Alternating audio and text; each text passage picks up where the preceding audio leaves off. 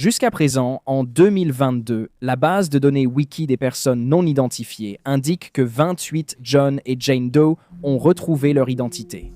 La généalogie a été d'une aide précieuse pour les forces de l'ordre ces dernières années, leur permettant d'identifier non seulement des victimes, mais aussi des suspects et des auteurs. Cependant, dans des dizaines d'affaires non résolues, ce n'est pas toujours aussi simple. Il existe de nombreux cas où les victimes sont identifiées, mais leurs meurtriers restent inconnus. Dans l'épisode d'aujourd'hui, nous allons explorer deux affaires horribles, toujours non résolues, de Jane Doe récemment identifiée.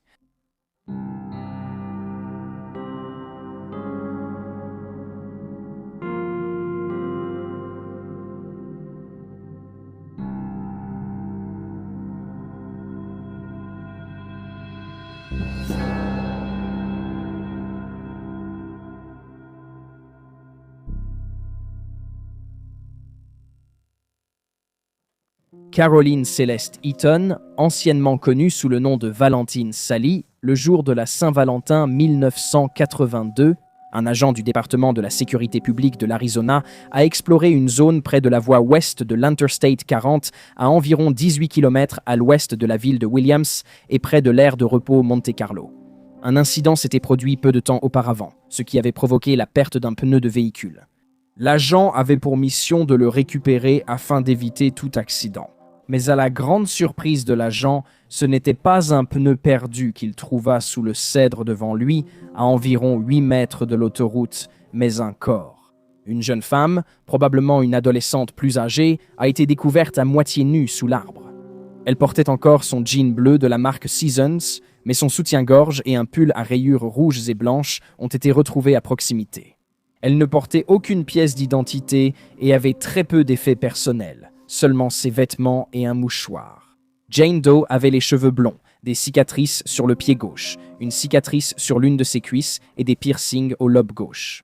En raison d'une combinaison de décomposition et du fait que des animaux avaient commencé à ronger son corps, les enquêteurs n'ont pas pu déterminer si son oreille droite avait les mêmes piercings, en se basant sur ses passants de ceinture. La police a établi que Jane Doe avait été traînée jusqu'au lieu où son corps a été retrouvé. L'état de ses restes a rendu difficile pour le médecin légiste de déterminer la cause de sa mort, mais on pense qu'elle a été étranglée. Une molaire inférieure avait été préparée pour un traitement de canal peu avant sa mort. Et on estime qu'elle est décédée entre le 1er et le 6 février, bien que des témoins l'aient vue vivante le 3. En sollicitant l'aide du public, les forces de l'ordre ont commencé à retracer les derniers déplacements connus de Jane Doe. Un étudiant de l'Université du Nord de l'Arizona se souvient avoir pris en stop une adolescente correspondant à sa description le 2 février en direction du nord. La jeune fille a dit qu'elle venait de Phoenix, où elle vivait avec des amis et travaillait comme plongeuse. Cependant, des problèmes familiaux l'avaient poussée à aller dans le New Jersey. Elle voulait rejoindre Flagstaff pour faire du stop avec un routier jusqu'à la côte Est. En interrogeant le personnel de l'aire de repos Monte Carlo à Ash Forks, les enquêteurs ont rencontré une employée du restaurant nommée Patty Wilkins, dont la famille possédait l'établissement. Elle se souvenait avoir vu une fille au physique similaire, avec des yeux bleus, dans la nuit du 3 février 1982. Elle était accompagnée à ce moment-là d'un homme plus âgé, que Patty pensait être le père ou l'oncle de l'adolescente, ou peut-être même son grand-père. Comme elle pensait qu'il avait peut-être la soixantaine à l'époque, selon les témoins, l'homme semblait préoccupé par ses dents.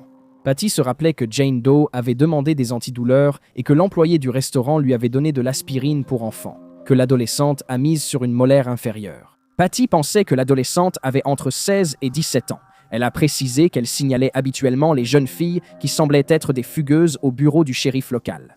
Mais elle ne l'a pas fait cette fois, car Jane Doe paraissait très à l'aise avec l'homme plus âgé, et Patty pensait qu'ils étaient de la même famille. Le duo est arrivé à l'aire de repos à 3 heures et est reparti 1 heure après. Personne ne se souvenait du type de véhicule dans lequel la jeune fille était montée. Après leur départ, Patty a demandé à l'adolescente si elle allait bien et si elle voulait vraiment partir avec l'homme. Mais Jane Doe aurait répondu qu'elle était contente de partir avec lui. L'homme avec qui l'adolescente se trouvait est décrit comme étant blanc, âgé entre 60 et 65 ans. Mesurant entre 1,73 m et 1,78 m et de corpulence moyenne, il portait un gilet en cuir à carreaux marron bicolore et un chapeau de cow-boy en feutre orné d'une grande plume de paon à l'avant. Jane Doe n'a plus été vue vivante, à notre connaissance, après avoir quitté l'aire de repos Monte-Carlo.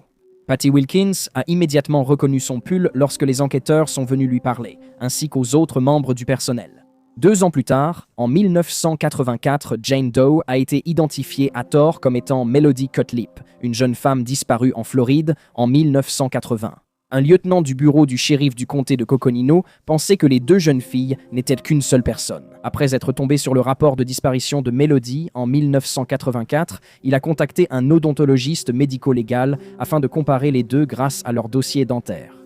L'odontologiste a relié les deux en comparant les dossiers dentaires de Melody aux marques de morsure de Jane Doe. Ces méthodes manquaient de rigueur scientifique et étaient jugées peu fiables. La propre mère de Melody a refusé de faire rapatrier les restes en Floride, car elle ne croyait pas qu'il s'agissait de son enfant disparu. Fait notable, Melody est rentrée chez elle en 1986, elle est décédée dans un accident de voiture 12 ans plus tard en Louisiane. Jane Doe a été enterrée dans un cimetière à Williams, en Arizona, et ses funérailles ont été payées par Patty Wilkins. Sa pierre tombale a ensuite été gravée avec Melody Cutlip, avec Valentine Sally en dessous. Pendant un certain temps. Après qu'il a été prouvé que les deux n'étaient pas la même personne, le nom de Melody est resté sur la pierre tombale malgré les demandes répétées de sa famille pour qu'il soit retiré. Début 2021, le bureau du shérif du comté de Coconino a annoncé qu'ils avaient identifié Jane Doe, avec l'aide du Centre national pour les enfants disparus et exploités, du Système national des personnes disparues et non identifiées, du département de la sécurité publique de l'Arizona, ainsi que d'une société privée de généalogie. Elle a été identifiée comme étant Caroline Celeste Eaton, âgée de 17 ans, née le 1er octobre 1964 et disparue à Saint-Louis, dans le Missouri, vers Noël 1981. Elle aurait fugué de chez elle à la suite d'une dispute. Cependant, il semble qu'aucun signalement de disparition n'ait jamais été déposé par sa famille. Peu de choses sont documentées en ligne sur la vie de Caroline avant sa disparition ou sur la raison pour laquelle elle a fugué. De plus, il existe très peu de théories concernant son cas. On pense généralement qu'elle est devenue la victime de l'homme avec qui elle voyageait.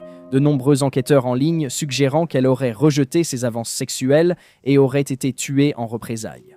Cependant, le principal suspect suggéré par les enquêteurs amateurs est Royal Russell. Long était un criminel violent et un tueur en série présumé, avec un passé de violence sexuelle extrême et des condamnations pour enlèvement. Il est mort en prison en 1993 et a même été accusé d'attouchement par sa propre fille. Il a plaidé coupable de l'accusation d'enlèvement en lien avec la disparition de Sharon Baldigle en 1984 et il est soupçonné d'être impliqué dans la disparition de 2 femmes en 1974 dans le Wyoming, Deborah Meyer et Carlene Brown. Long est peut-être surtout connu pour son implication présumée dans la disparition de 2 filles de 13 ans qui ont disparu lors de la foire de l'État d'Oklahoma en septembre 1981. Cinder Palette et Charlotte Kinsey sont allées à la fête foraine, où Charlotte a informé ses parents que toutes 2 avaient reçu des offres d'emploi. Elle devait aider un employé de la fête foraine à décharger des jouets d'un camion. Sa mère lui a permis d'accepter le travail à condition qu'elle rappelle à la maison à 21h. À l'époque, Long travaillait à la fête foraine et comme chauffeur routier longue distance.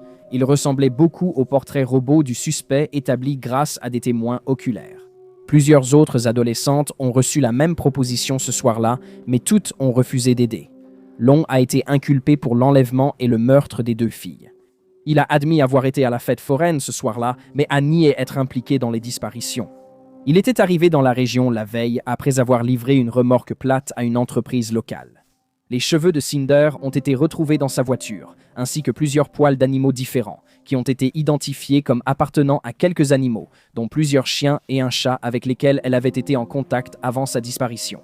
Des taches de sang ont été trouvées dans le véhicule, sans pouvoir dire si c'était du sang humain ou animal, et une mèche de cheveux blonds a été découverte chez Long. Mais là encore, il n'a jamais été prouvé de façon concluante qu'elle appartenait à Charlotte, en décembre 1985. Le juge présidant l'affaire contre Long a rejeté la plupart des preuves, y compris une grande partie des preuves matérielles. Le témoignage de sa fille est celui d'un garçon à qui Long avait proposé le même travail. La nuit où Cinder et Charlotte ont disparu, les charges contre lui ont été abandonnées. Les 2 filles sont toujours portées disparues à ce jour. La description de Patty Wilkins de l'homme accompagnant Caroline a fait penser à beaucoup qu'il s'agissait de Long. Son chapeau en feutre, avec la plume à l'avant, est un vêtement très distinctif qu'on le voyait souvent porter. Si vous avez des informations concernant le meurtre de Caroline, vous pouvez contacter le bureau du shérif du comté de Coconino au 9-282-265-012.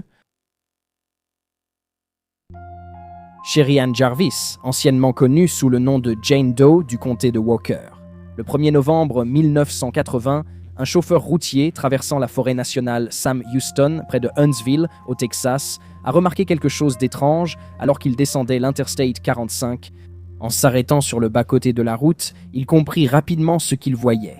Le corps nu d'une adolescente allongée face contre terre dans l'herbe, à seulement 6 mètres de là. Vers 9h20 du matin, la police a été appelée sur les lieux. L'adolescente n'a pas pu être identifiée. On savait seulement qu'il s'agissait d'une jeune femme âgée de 14 à 18 ans. Elle était morte depuis environ 6 heures avant que son corps ne soit découvert, et elle était nue, à l'exception d'un bijou et d'une paire de chaussures. Autour de son cou se trouvait une fine chaîne en or avec une pierre en verre fumée brune ou bleue. Et juste un peu plus loin d'elle, il y avait une paire de sandales rouges à talons hauts. Elles étaient en cuir et avaient des brides marron. Aucun autre vêtement ni accessoire n'a été retrouvé sur le corps de Jane Doe ou sur les lieux où son corps a été découvert. Ses oreilles étaient percées, mais elle ne portait aucun bijou. L'autopsie de Jane Doe a été réalisée par le médecin légiste du comté de Harris. La jeune fille était décrite comme mesurant environ 1,68 m et pesant entre 48 et 54 kg, avec des yeux noisettes et des cheveux châtain clair de 25 cm de long. Il est à noter que ses cheveux avaient une teinte rougeâtre, mais ne montraient aucun signe de teinture ou d'autres traitements colorants. Ses ongles de pied étaient vernis rose clair, mais ceux de ses mains étaient nus. Le médecin légiste a décrit Jane Doe comme étant bien nourrie et a déclaré qu'il était probable qu'elle venait d'un milieu de classe moyenne. Comme elle avait reçu des soins dentaires et que son corps n'avait pas souffert de malnutrition, la cause du décès de Jane Doe a été déterminée comme étant une asphyxie par strangulation au moyen d'une ligature, et il a été établi que sa mort avait été violente. On pensait qu'elle avait été étranglée avec une paire de collants. Des fragments de ses collants et de ses sous-vêtements ont été retrouvés dans sa cavité vaginale. On pensait que cela avait été fait pour éviter qu'elle ne saigne lors du transport entre la scène du crime et l'endroit où son corps a été abandonné. Comme elle avait été agressée sexuellement avec un objet contondant avant sa mort, en outre, Jane Doe avait été battue. Son visage était gravement enflé, surtout autour de la bouche et des yeux, et son épaule droite portait une profonde marque de morsure. Sans pièce d'identité, les enquêteurs savaient qu'ils allaient avoir du pain sur la planche, et il n'a pas fallu longtemps avant qu'ils ne fassent appel au public pour obtenir des informations. Espérant déterminer si elle voyageait avec des compagnons et où elle s'était trouvée dans les jours précédant son meurtre. Bientôt, ils ont obtenu un indice. Plusieurs témoins ont vu Jane Doe la veille de son meurtre. Parmi ces témoins figuraient le gérant d'une station-service Gulf et 2 employés de l'aire de repos Hitch & Post. Tous l'ont vu porter un jean bleu, un pull jaune sale et un sweatshirt blanc en tricot avec de grandes poches. Elle a également été vue portant les sandales rouges retrouvées sur le site de la décharge. Selon les témoignages, Jane Doe était arrivée, semblant quelque peu échevelée, à la station-service Gulf vers 18h30 le soir du 31 octobre. Elle était sortie d'une Chevrolet Caprice bleue de 1973 ou 1974 avec un toit de couleur claire qui avait été conduite par un homme blanc. Pendant qu'elle se trouvait à la station-service, l'adolescente a demandé son chemin pour se rendre au département des corrections du Texas. La ferme pénitentiaire Ellis, désormais appelée simplement l'unité Ellis dans le comté de Walker. Jane Doe a reçu des indications, après quoi elle est repartie, mais cette fois à pied. Elle a ensuite été vue marchant vers le nord sur Sam Houston Avenue. Plus tard, elle a été vue à l'aire de repos Hitch & Post, le long de l'Interstate 45. Là encore, elle a demandé son chemin pour se rendre à l'unité Ellis. Elle a dit qu'un ami devait la rejoindre. Une serveuse, ce soir-là, lui a dessiné une carte et demandé si ses parents savaient où elle était. Jane Doe lui aurait répondu « Qui s'en soucie ?» plus tôt dans leur conversation. Elle avait affirmé avoir 19 ans et disait venir soit de Rockport, soit d'Aransas Pass, qui sont toutes deux des villes du Texas. La serveuse a déclaré aux enquêteurs qu'elle pensait que l'adolescente était une fugueuse. Ce fut le dernier mouvement connu de Jane Doe.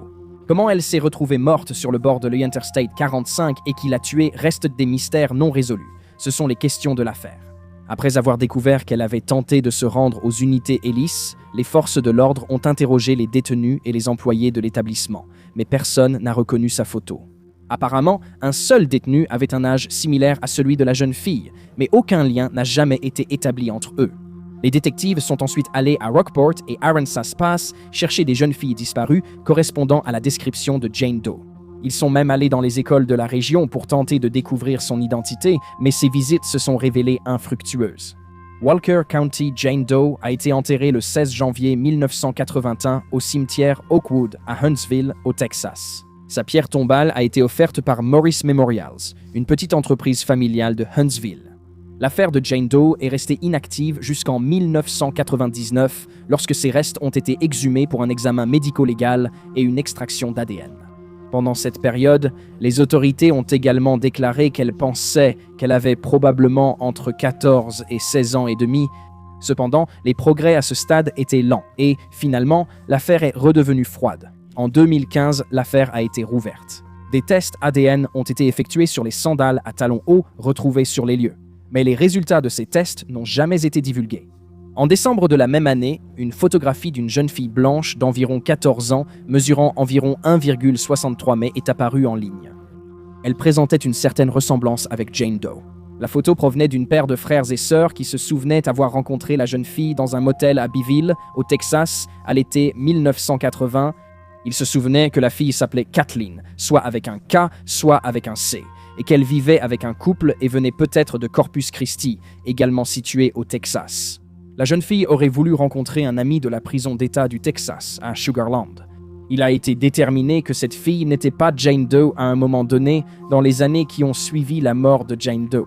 Michael Hargraves, journaliste, a suggéré que le crime avait été commis par une femme, relevant l'usage d'objets pour l'agression sexuelle et l'absence de sperme sur Jane Doe ou sur les lieux. Il a aussi affirmé que les hommes auteurs d'infractions sexuelles mordent plus souvent une zone sensible comme le sein plutôt que l'épaule.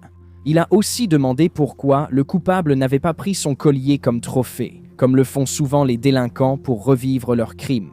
Cependant, il a été avancé que Jane Doe portait peut-être plus de bijoux que son collier, donc autre chose a peut-être été prise comme souvenir. De plus, ses vêtements n'ont jamais été retrouvés et on ignore ce qu'ils sont devenus. Une autre théorie dans l'affaire de Jane Doe est qu'elle serait liée à celle d'une autre victime récemment identifiée, Deborah Jackson, auparavant connue sous le nom de Orange Socks. Deborah a été assassinée un an avant Jane Doe, le 30 ou 31 octobre 1979 à Georgetown, au Texas. Elle avait aussi été étranglée et retrouvée nue seulement quelques heures après son meurtre. Deborah est nettement plus âgée que Jane Doe, à 23 ans, mais cela n'exclut pas forcément un lien entre les deux affaires. Le tristement célèbre tueur en série Henry Lee Lucas a revendiqué la responsabilité de sa mort et a finalement été condamné pour ce crime, mais beaucoup doutent de ses aveux car il était connu pour être un menteur et a avoué environ 600 autres meurtres pendant son incarcération. Ses empreintes dentaires ont été comparées à la morsure retrouvée sur l'épaule de Jane Doe et il a été établi qu'elle ne correspondait pas. Lucas est décédé en prison en 2001. En 2017, il a été suggéré que Jane Doe était une victime d'un tueur en série qui avait ôté la vie à 3 autres femmes. En 1980, il a abandonné leur corps le long de l'Interstate 45. Seule la moitié de ces victimes ont été identifiées. Toutes ont été étranglées à mort et toutes étaient considérées comme des victimes à haut risque. Les 2 femmes restantes non identifiées étaient toutes de noir. L'une d'elles avait entre 20 et 30 ans. Elle a été retrouvée le 15 octobre 1980 à Houston et serait possiblement d'origine asiatique. Elle est décédée plusieurs mois avant d'être retrouvée. L'autre femme a été retrouvée sous un pont à Houston en décembre 1980. On estime qu'elle avait entre 16 et 26 ans. En 2020, le bureau du shérif du comté de Walker s'est associé à Outram Incorporated pour tenter d'identifier Jane Doe grâce à la généalogie génétique. Les 2 parties espéraient que cela ferait avancer l'affaire. Après plusieurs tentatives d'extraction d'ADN, Outram Incorporated a finalement réussi et a pu établir un profil génétique de la jeune fille. Le 9 novembre 2021, le bureau du shérif a annoncé publiquement que Jane Doe avait un nom. Elle a été identifiée comme étant Sherry Ann Jarvis, âgée de 14 ans qui avait fugué de Stillwater, Minnesota, au printemps 1980. Sherry, qui était connue sous le nom de Toti auprès de ses amis, était née le 9 mars 1966. Sa famille a noté qu'elle aimait particulièrement l'équitation et passait du temps avec les enfants et les animaux. Au début de 1980, alors qu'elle avait encore 13 ans, elle avait été retirée de la garde de sa famille et placée dans un foyer d'État en raison de son absentéisme scolaire. Le foyer appartenait à un couple qui avait 5 enfants à eux. Ils accueillaient d'autres jeunes âgés de 12 à 18 ans qui attendaient de comparaître devant les tribunaux pour mineurs. Et ils pouvaient accueillir jusqu'à 18 enfants à la fois. Les jeunes étaient surveillés en permanence par 6 adultes. Sherry s'est enfuie alors qu'elle devait comparaître au tribunal du comté de Washington en mars 1980. Accompagnée de 2 autres filles, qui étaient une sœur, le trio est arrivé à Green Bay, dans le Wisconsin, avant que les 2 filles non identifiées ne décident de rentrer chez elles. Sherry, quant à elle, a refusé et est partie seule à pied. La dernière fois que sa famille a eu de ses nouvelles, c'était en août, lorsqu'elle a écrit à sa mère depuis Denver, Colorado. Elle disait qu'elle ne rentrerait pas à la maison avant d'avoir au moins 18 ou 21 ans et exprimait sa frustration d'être prise en charge par l'État. Sherry avait été élève au Central Junior High School à Forest Lake, dans le Minnesota. Et après sa disparition, sa famille a gardé le même numéro de téléphone au cas où elle voudrait reprendre contact. Ils ont essayé de la retrouver, à la fois par leurs propres moyens et avec l'aide d'un détective privé, mais ils n'ont jamais réussi à la retrouver. Son père, Don Jarvis Sr., est décédé à l'âge de 78 ans en janvier 2018, tandis que sa mère, Kerry, est décédée à l'âge de 78 ans en juin 2019. Les frères et sœurs de Sherry sont soulagés de tourner la page, mais espèrent que son meurtrier sera un jour jugé. Selon les enquêteurs, l'identification de Sherry a permis de recevoir de nombreux nouveaux témoignages. Ils espèrent que certaines de ces pistes aboutiront. Il n'a jamais été établi pourquoi Sherry tentait de rejoindre l'unité Ellis. On a émis l'hypothèse qu'elle a été tuée par quelqu'un avec qui elle faisait de l'autostop, ou peut-être par un routier qui lui aurait proposé de dormir dans sa cabine. Son corps a été découvert près d'une aire de repos pour camions, ce qui a poussé beaucoup à penser que c'était la scène du crime. L'identification de Sherry et Jarvis n'est que la moitié du chemin parcouru. Son meurtrier court toujours. Si vous avez des informations concernant son affaire, vous pouvez contacter le bureau du shérif du comté de Walker au 936 435 2400.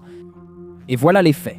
Merci de laisser un commentaire ci-dessous avec vos propres réflexions et spéculations, et n'oubliez pas d'aimer cette vidéo et de vous abonner pour soutenir la chaîne. Merci d'avoir regardé, restez vigilants, restez en sécurité et on se retrouve la prochaine fois.